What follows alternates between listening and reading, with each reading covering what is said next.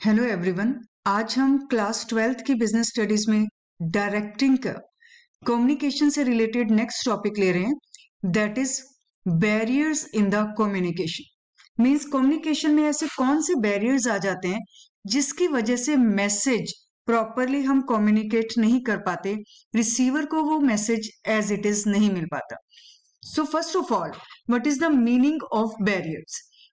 Any hurdle और that is anything, कोई भी ऐसी चीज due to which the flow of communication proper नहीं हो पा रहा, स्मूथ नहीं चल पा रहा, और जिससे इंफॉर्मेशन डिस्टोर्ट हो रही है, इंफॉर्मेशन गलत हो रही है, या एनीथिंग जो बहुत सिंपल, यहां पे हमारा पॉइंट आएगा, बहुत सिंपल मीनिंग आएगा बैरियर का, एनी हर्डल और anything due to which the receiver is not getting the information in the same manner as expected।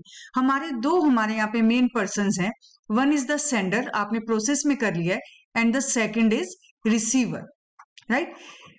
Now sender wants to give some information to receiver, but if due to any reason, due to anything, the receiver is not getting the message, the information in the same manner as it is expected by sender, then that anything, that hurdle will be known as barrier in the communication. Now these barriers are of 4 types। ये जिस वजह से communication complete नहीं हो पा रहा, नहीं information जा पा रही, that is known as a barrier, that hurdle is known as a barrier, and it is of 4 types। One is semantic, second is psychological, third is organizational, and fourth is personal। First of all, semantic barriers। semantic barriers जहां पे अगर हम कहें कि जो problem है, जो hurdle है, that is due to wrong words, sentences, और एक और चीज आ जाती है gestures। जहां पे हमारे gestures मैच ना करें, वर्ड्स प्रॉपर नहीं है, सेंटेंस प्रॉपर नहीं है। जेस्चर्स का मीनिंग एक्सप्रेशंस, राइट? अगर प्रॉब्लम कम्युनिकेशन में वर्ड्स, सेंटेंस या एक्सप्रेशंस की वजह से हो जाए, then that is the part of the semantic barriers. For example, increasing the budget of production department. प्रोडक्शन डिपार्टमेंट का जो मैनेजर है, द प्रोडक्शन मैनेजर, उसने एक अनाउंसमेंट की है। अनाउंसमेंट क्या की है उसने? Production manager made one announcement that we are going to increase the budget of production department। उसकी एक ये announcement है, एक statement है, but he has not made anything clear। अब यहाँ पे जो employees हैं वो कैसे सोच रहे हैं? क्योंकि प्रोडक्शन डिपार्टमेंट का बजट बढ़ेगा, so there can be a hike in the salary। उन्होंने इस चीज को कैसे assume कर लिया? क्योंकि बजट बढ़ने जा रहा है प्रोडक्शन डिपार्टमेंट का, so the production employees, there can be a hike in the salary। लेकिन what was the meaning of the production manager? Production manager कहना क्या चाहता था? He wanted to say that some expensive or some new machinery is going to be added in the production department so that the quality of the products can be improved। He wanted to say addition of good machinery, but how it is taken by the employees? That they are going to get a good hike in the salary। Why? Because the message was not clear due to the wrong words।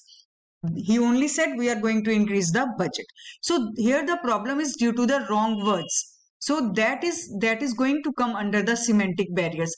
अगर words गलत हो जाएं, sentence गलत हो जाएं, हमारे expression body के या face के expression और gestures गलत हो जाए, that will be the part of semantic barriers। ये हमारे 6 पॉइंट्स इसमें आते हैं कि कौन कौन सी गलती हम कर देते हैं, that becomes a hurdle। First is badly expressed message.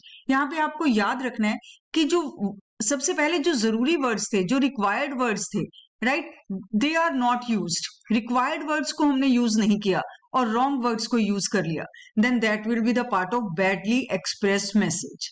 ठीक है, दो चीजें हुई, यूज ऑफ रॉन्ग वर्ड्स या रिक्वायर्ड वर्ड्स को भूल जाना, उनको यूज ना करना, नॉट यूजिंग नीडेड वर्ड्स।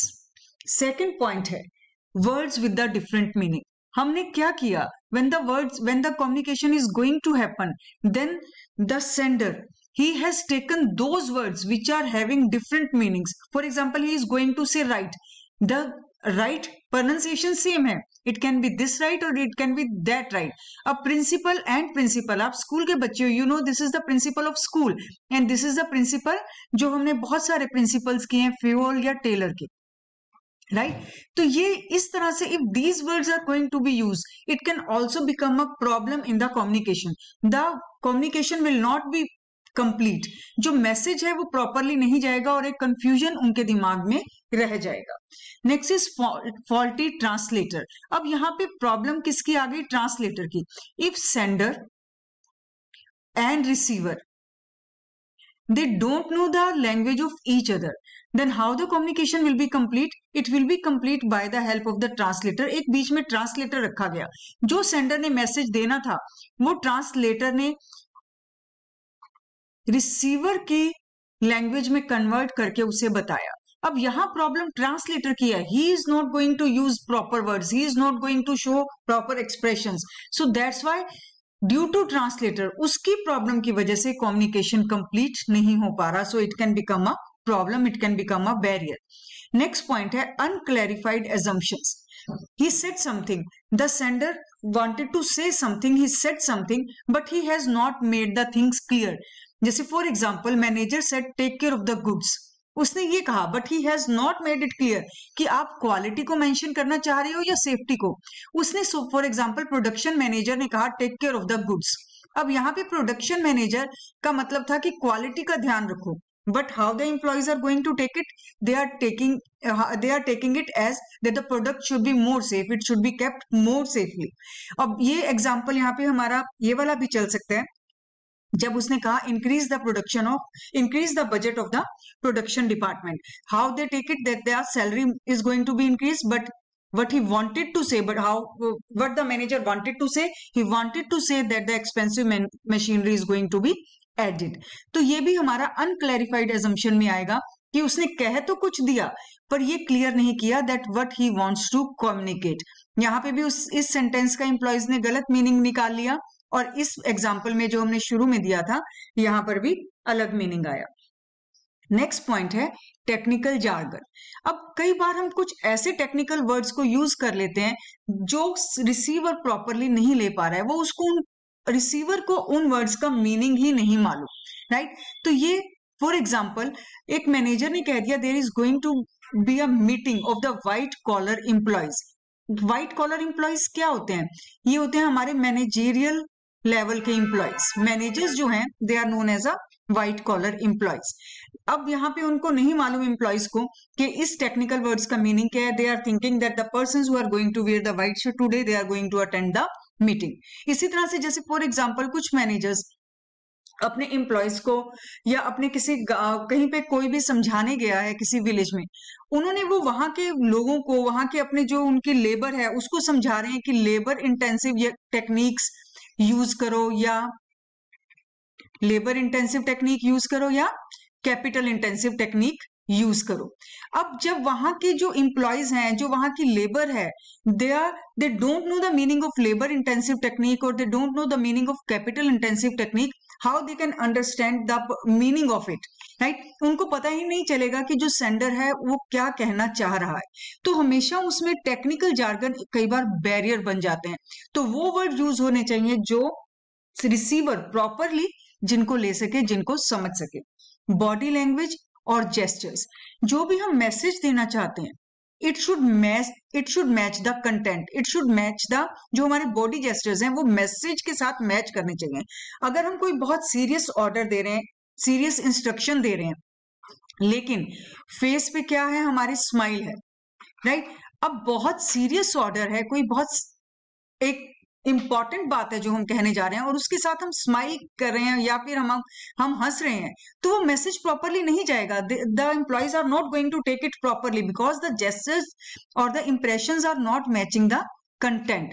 तो ये जेस्चर्स पूरे मैच करने चाहिए ताकि जो कम्युनिकेशन है, जो मैसेज है, वो प्रॉपरली रिसीवर तक पहुंच सके.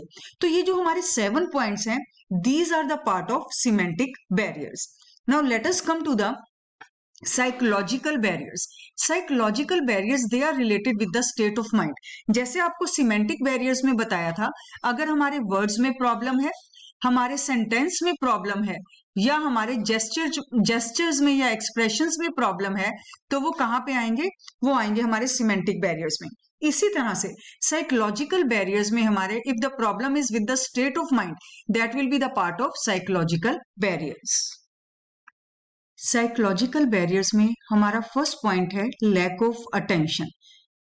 हमारे दो पर्सन्स हैं यहाँ पे, one is the sender and second is the receiver.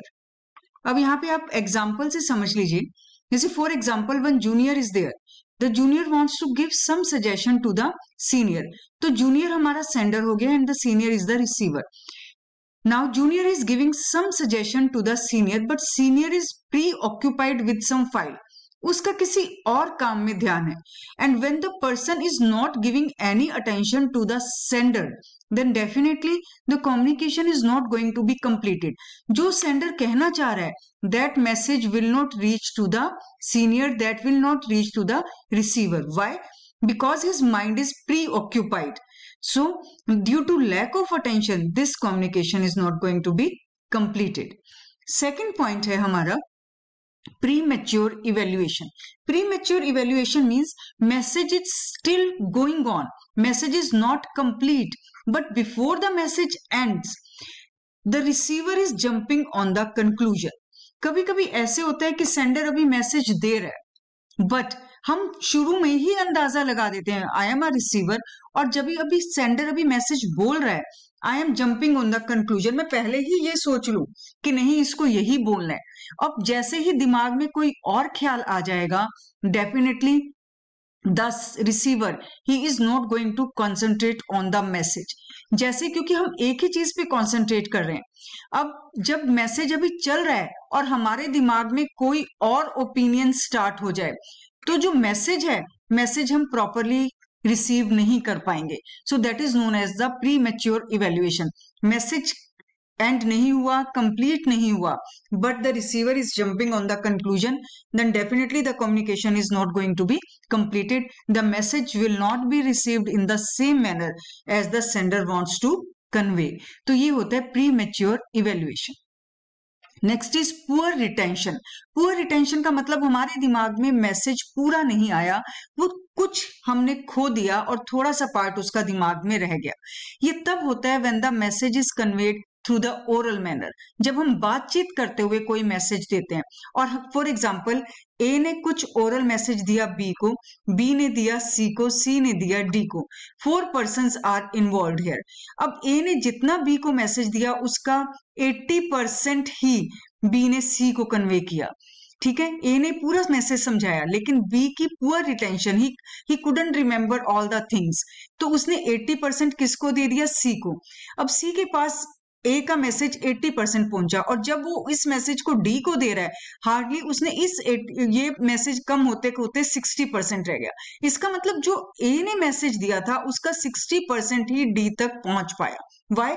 Because every person who is coming in the way they have poor retention, उनकी जो रिमेम्बरेंस है वो कम है, और ओरल मैसेज था तो वो कहीं ना कहीं बीच में फिल्टर होता रहा और कम मैसेज आगे तक पहुंचा। आगे नेक्स्ट पॉइंट है हमारा loss by transmission. Poor retention और लॉस बाय ट्रांसमिशन काफी हद तक सेम साउंड करते हैं। अब लेकिन इसमें एक चीज और ऐड हो जाती है कि जब मैसेज बहुत ज्यादा लेवल से गुजरता है और ओरल मैसेज होता है ये, तब लॉस बाय ट्रांसमिशन होता है। कई जैसे यहाँ पे भी हमने 3 लेवल्स तो ले ही लिए थे, ए ने बी को कन्वे किया, बी ने सी को और सी ने डी को कन्वे किया। तो इसी तरह से अब ये अगर बहुत सारे लेवल्स हैं और मैसेज ऑरल ट्रांसमिट हो रहा है तो definitely is going to be filtered. हर लेवल पर ये किसी ना किसी तरह से फिल्टर होता जाएगा और एंड तक पहुंचते पहुंचते काफी कम मैसेज पहुंचेगा और कम्युनिकेशन इनकम्प्लीट रह जाएगा। इसीलिए कई बार अगर हमें कम पॉइंट्स लिखने हैं तो पुअर रिटेंशन और लॉस बाय ट्रांसमिशन को एक ही पॉइंट बना दिया जाता है। लेकिन अगर बाय चांस 5 मार्क्स का क्वेश्चन आ जाए तो वहां पर आपसे एटलीस्ट 5 पॉइंट्स एक्सपेक्ट किए जाते हैं, तो वहां पर पुअर रिटेंशन लिख देना। पुअर रिटेंशन में जनरली हम सिर्फ ओरल मैसेज को इंक्लूड कर लेते हैं एक्सप्लेनेशन में, और जब लॉस बाय ट्रांसमिशन आ जाए तो उसमें आप इन दोनों चीजों को इंक्लूड करना, many levels as well as oral message. तो अगर ये दोनों चीजें हो जाएं तो लॉस बाय ट्रांसमिशन हो जाता है। अब नेक्स्ट हमारा पॉइंट है distrust. When the sender and receiver they don't trust on each other, जब वहां ट्रस्ट ही नहीं होगा तो क्या होगा, they don't give importance to each other, और जब वो importance एक दूसरे को नहीं देते, then they don't want to listen to each other, then definitely communication is not going to be completed. Why? Because there is no trust between the sender and receiver. They don't want to listen to each other, they don't want to give importance to each other. तो ये हमारे psychological factors हो गए कि attention नहीं दी क्योंकि वो किसी और काम में बिजी था, मैसेज कंप्लीट नहीं हुआ और उससे पहले ही हमने उसका कुछ कंक्लूजन निकाल लिया, मैसेज ओरल कन्वे हुआ, हम उसका कुछ ही पार्ट समझ पाए, लॉस बाय ट्रांसमिशन, मैसेज बहुत लेवल से होकर गुजरा और ओरल वे में जा रहा था, रिटर्न नहीं था, तो उसमें भी हर लेवल पे इसमें इंफॉर्मेशन में कुछ फिल्ट्रेशन होती रही, सेंडर और रिसीवर में एक दूसरे में ट्रस्ट नहीं है, इसलिए उन्होंने एक दूसरे को इंपॉर्टेंस नहीं दी, and they don't want to listen to each other, so the communication is incomplete. Next हमारे पॉइंट है ऑर्गेनाइजेशनल बैरियर्स। ऑर्गेनाइजेशनल बैरियर्स में आ जाते हैं अगर कोई कम्युनिकेशन में जो हमारी हर्डल है वो रूल्स, रेगुलेशन या हमारी पॉलिसी की वजह से हो, मतलब ऑर्गेनाइजेशन का कुछ स्ट्रक्चर ऐसा है कि उसकी वजह से हमारा कम्युनिकेशन कंप्लीट नहीं हो रहा है, तो वो सब हमारे ऑर्गेनाइजेशनल बैरियर्स होते हैं। फर्स्ट पॉइंट है हमारा रूल्स एंड रेगुलेशन। यहां से मैंने पॉलिसीज इस वजह से काट दिया, रूल्स एंड रेगुलेशन किया है, बुक में भी ऐसा ही है रूल्स एंड रेगुलेशन, क्योंकि पॉलिसीज का हमारा एक नेक्स्ट पॉइंट है ऑर्गेनाइजेशनल पॉलिसी, तो इसलिए हमारा फर्स्ट पॉइंट है रूल्स एंड रेगुलेशन। कई बार हमारे ऑर्गेनाइजेशन में इतने स्ट्रिक्ट रूल्स होते हैं कि कम्युनिकेशन पॉसिबल नहीं हो पाता, स्मूथ कम्युनिकेशन पॉसिबल नहीं हो पाता।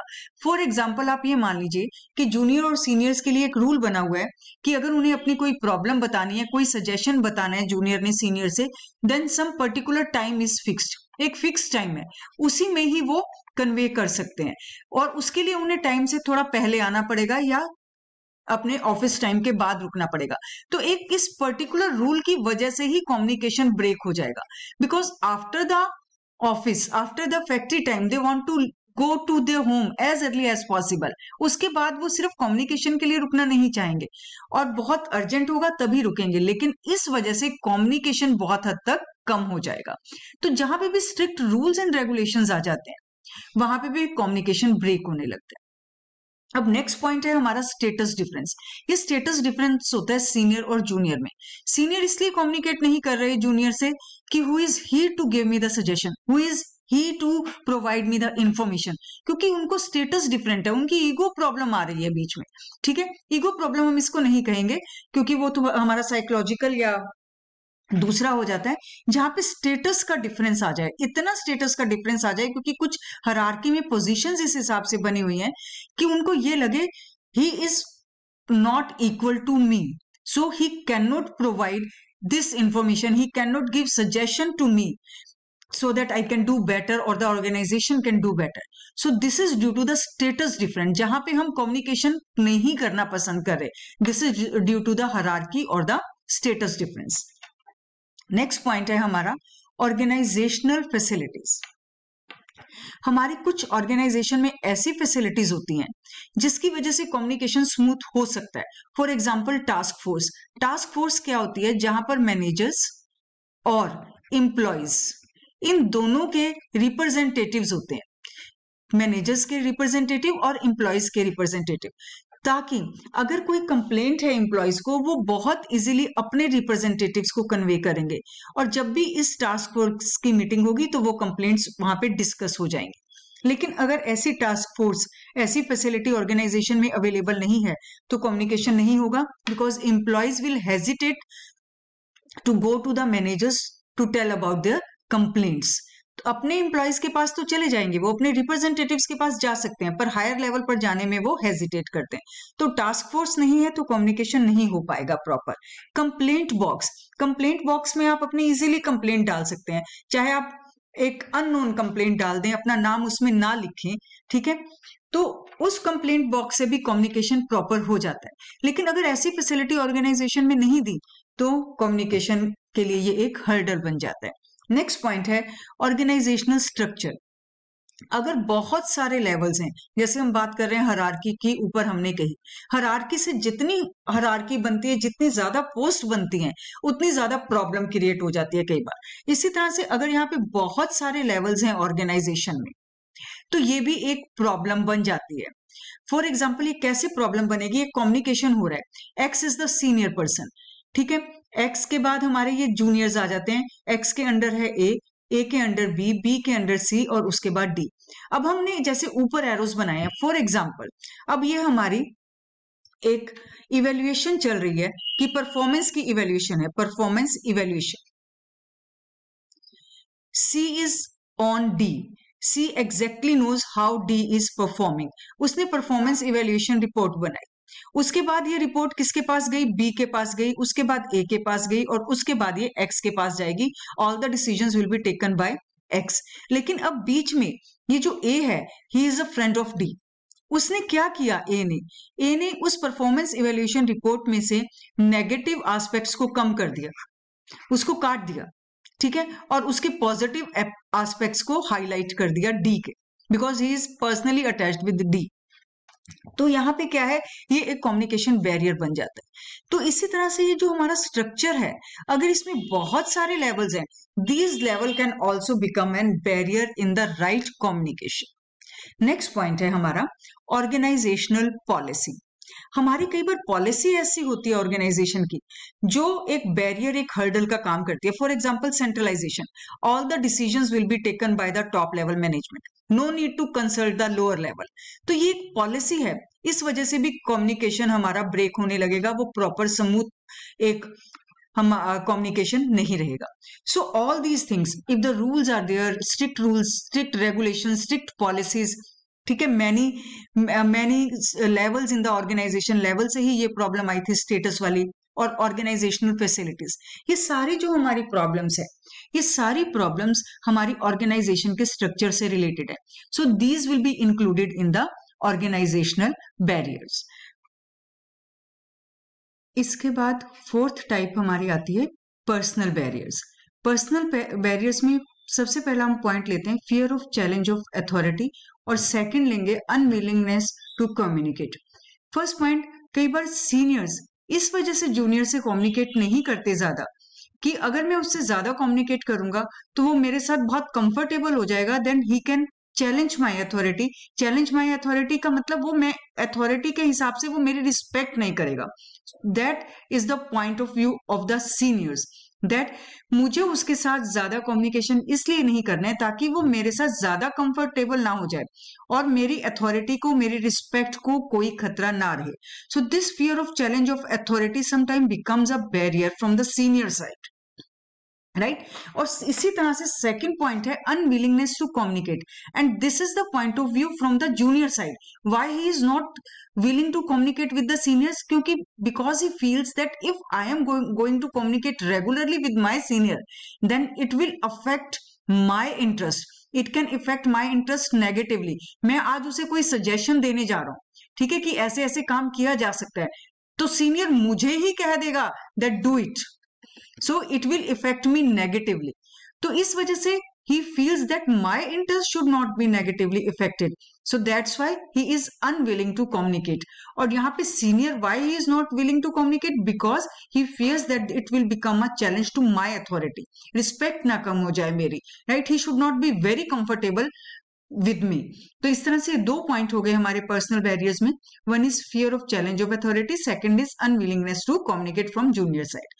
थर्ड पॉइंट हमारा इसमें आता है less faith on the subordinates। If the seniors are not having any faith on the subordinates, then they will not communicate with them, they will not ask them to give their suggestions, कि आपके suggestions क्या हैं, right, what do you want, what are your complaints। They don't want to communicate with them because they don't have faith on their capabilities। next point है lack of incentives। lack of incentive, if there is no reward for giving good suggestions, then definitely there will be less communication, because the juniors will feel that if I am giving good suggestion and the organization is getting some benefit due to that suggestion, then I should also be benefited. चाहे मुझे recognition मिले या मुझे उस profit का part मिले, कुछ तो मिले, right? But there is no incentive like this, ना नॉन फाइनेंशियल ना financial, then they will not communicate with the seniors. लेकिन अगर उन्हें रिकॉग्निशन मिल जाए या उसका कुछ प्रॉफिट, जो ऑर्गेनाइजेशन को कुछ उससे फायदा हुआ है, उसका ही थोड़ा पार्ट मिल जाए, then definitely they will like to give the suggestions. तो ये हमारे बैरियर्स कवर होते हैं. यहाँ पे 4 टाइप्स के बैरियर्स हैं जो हमने कर लिए हैं. फर्स्ट हमारा था सीमेंटिक, फिर साइकोलॉजिकल, ऑर्गेनाइजेशनल, और अब ये हो गया हमारा पर्सनल बैरियर्स. अब हम बात करते हैं ways to overcome the barriers to communicate. ठीक है, अब इसका फर्स्ट पॉइंट है कि जो बैरियर्स हैं हम उसको कैसे हटा सकते हैं. First point is clarify the idea before the communication. अगर हम किसी से कुछ कम्युनिकेशन करने जा रहे हैं, कुछ मैसेज कन्वे करने जा रहे हैं, then the sender should be very clear before the communication कि मैसेज का कंटेंट क्या है, what he wants to say, what he wants to communicate. If this content is very clear in his mind, then definitely he will communicate very easily. Second point है communication as per the need of the receiver. इस point को आप ऐसे समझ लीजिए, अगर किसी के कुछ फायदे की बात है तभी वो उसको सुनेगा. फॉर एग्जाम्पल, कॉमर्स स्टूडेंट्स को हम साइंस से रिलेटेड जॉब्स बताने लगे तो commerce students will be least interested in that. बिल्कुल भी उसको सुनेंगे नहीं, because they are the commerce student. और अगर हम इनको इसी से रिलेटेड जॉब्स बताएंगे, then definitely they are going to listen it with full concentration कि उनका फ्यूचर कैसा है. तो इसलिए communication should be as per the need of the receiver. हमने अपने ऑर्गेनाइजेशन में एफर्ट्स बढ़ाने हैं तो हम उनको ये बताएंगे एम्प्लॉयज को कि कैसे आप एफर्ट्स बढ़ाने से अपनी सैलरी इंक्रीज कर सकते हो, तो वो उस बात को सुनेंगे. लेकिन हम कहें कि आप ऑर्गेनाइजेशन के प्रॉफिट्स बढ़ाने के लिए ऐसे काम करो, तो वो शायद उसको उतना ध्यान से ना सुने. लेकिन अगर हम यही ऐड कर लें कि अगर ऑर्गेनाइजेशन के प्रॉफिट्स बढ़ते हैं तो उनकी सैलरी भी इस परसेंटेज से बढ़ा दी जाएगी, तो definitely it is the need of the receiver, it is the need of the employees, they are going to pay attention to it. Next point है consult others before the communication. Communication is not the responsibility of a single person. The good communication, the successful communication is the responsibility of everybody in the organisation. तो उसके लिए अगर दूसरों से consult करना पड़े, दूसरों की हेल्प लेनी पड़े, दूसरों के सजेशंस लेने पड़े, इट शुड बी टेकन. क्योंकि कंसल्ट करने के बाद, उनकी हेल्प लेने के बाद जो कम्युनिकेशन है, it can be more successful. Next point है use of proper words, tone and content. पहला तो कंटेंट प्रॉपर होना चाहिए, जो रिक्वायर्ड वर्ड्स हैं वो यूज होने चाहिए, और जो टोन है वो प्रॉपर होनी चाहिए. हम किसी को समझा रहे हैं और बहुत गुस्से से समझा रहे हैं, ठीक है, तो डेफिनेटली कुछ ना कुछ प्रॉब्लम आ जाएगी. हो सकता है वो डर के उस चीज को पूरा सुने ही नहीं, और वर्ड्स भी प्रॉपर होने चाहिए. तो वर्ड्स, टोन और कंटेंट, जो हमारा मैसेज है, ये अगर प्रॉपर है, then the communication will be successful. नहीं तो कहीं ना कहीं प्रॉब्लम आ जाएगी. प्रॉपर फीडबैक, जैसे आपको याद होगा कि जब रिसीवर था, रिसीवर के बाद, रिसीवर को मैसेज यहाँ पे रिसीव हो गया था और उसके बाद उसने फीडबैक दिया. फीडबैक किसके पास गया? सेंडर के पास. तो ये इस फीडबैक से सेंडर को पता चलेगा that either the message that I wanted to convey is received by the receiver in the same manner और नॉट. जो वो कहना चाह रहा था वही मैसेज रिसीवर को मिला है या रिसीवर कुछ और समझा है. So that is known as a proper feedback. ठीक है, अब इस प्रॉपर फीडबैक से ले लीजिए आप फॉलो अप कम्युनिकेशन. अब यहां से सेंडर को ये समझ आ गया है that either the message is received properly और नॉट. लेकिन अगर वो मैसेज प्रॉपरली रिसीव नहीं हुआ है, then the follow up will be there. जो प्रॉब्लम्स आई हैं उसको रिमूव करेंगे, so that the communication can be successful, so that the communication can be proper. तो ये होता है हमारा ये जो फीडबैक के बाद जो हमारा नेक्स्ट स्टेप होता है, that is the follow up. जो प्रॉब्लम्स है उनको दूर कर देना. नेक्स्ट पॉइंट है हमारा communication for the present as well as for the future. जब हम कम्युनिकेशन कर रहे हैं, then it has to be seen कि जो हम इंस्ट्रक्शन दे रहे हैं, जो ऑर्डर दे रहे हैं, जो मैसेज दे रहे हैं, either it is only for the present या ये फ्यूचर के लिए भी है, ये सिर्फ आज के लिए है या स्टैंडिंग इंस्ट्रक्शन है. जैसे मैं आपको एक एग्जांपल देती हूँ. आपकी यूनिफॉर्म है, वो आपकी स्टैंडिंग इंस्ट्रक्शन है that always you will come in the uniform. लेकिन कोई आज फंक्शन हो रहा है, कुछ ऐसी चीज है, तो वो कह देते हैं कि आज आप कैजुअल्स में आ सकते हो। तो this should be considered while communication की जो इंस्ट्रक्शन दे रहे हो, either it is only for the present और it is for always, standing instruction या प्रेजेंट के लिए instruction, it should be communicated properly. ये प्रॉपरली कन्वे करना चाहिए, only then the communication will be complete. तो ये सारे जो हमारे पॉइंट्स हैं, by the help of all these points the communication can be made more clear, the barriers can be removed। इसके साथ आपको मैं एक चीज और बता दूं, अगर आप अपनी जल्दी में हैं, आप इस टॉपिक को स्किप करना चाहते हो, तो आप कैसे कर सकते हो? आपने बैरियर्स लर्न कर लिए, बैरियर्स से ही आप पॉइंट बना लो। बैडली एक्सप्रेस मैसेज है, ये आपकी क्या है? एक बैरियर है। आप यहाँ पे अगर आप कर दो यूज प्रॉपर वर्ड्स, ठीक है, रॉन्ग वर्ड्स यूज नहीं करेंगे, नीडेड वर्ड्स को यूज करेंगे, तो आपका हो जाएगा एक बैरियर रिमूव हो रहा है। Words with different meanings, try to don't use the word with different meaning. आप ऐसे कर दो, ये बैरियर रिमूव हो गया, right. Efficient translator should be appointed, assumptions should be very clear, ये आपका बैरियर रिमूव हो गया। Don't use the technical words if the receiver is not knowing them, so don't use technical jargons. Body language should be matched, ठीक है, proper body language कर दोगे तो ये भी एक आपका वर्ड बन जाएगा, एक पूरा एक रेमेडी हो जाएगी आपकी। इस तरह से आप साइकोलॉजिकल बैरियर्स में से भी पॉइंट्स निकाल सकते हैं। Full attention, no premature evaluation, return messages और प्रेजेंस ऑफ ट्रस्ट।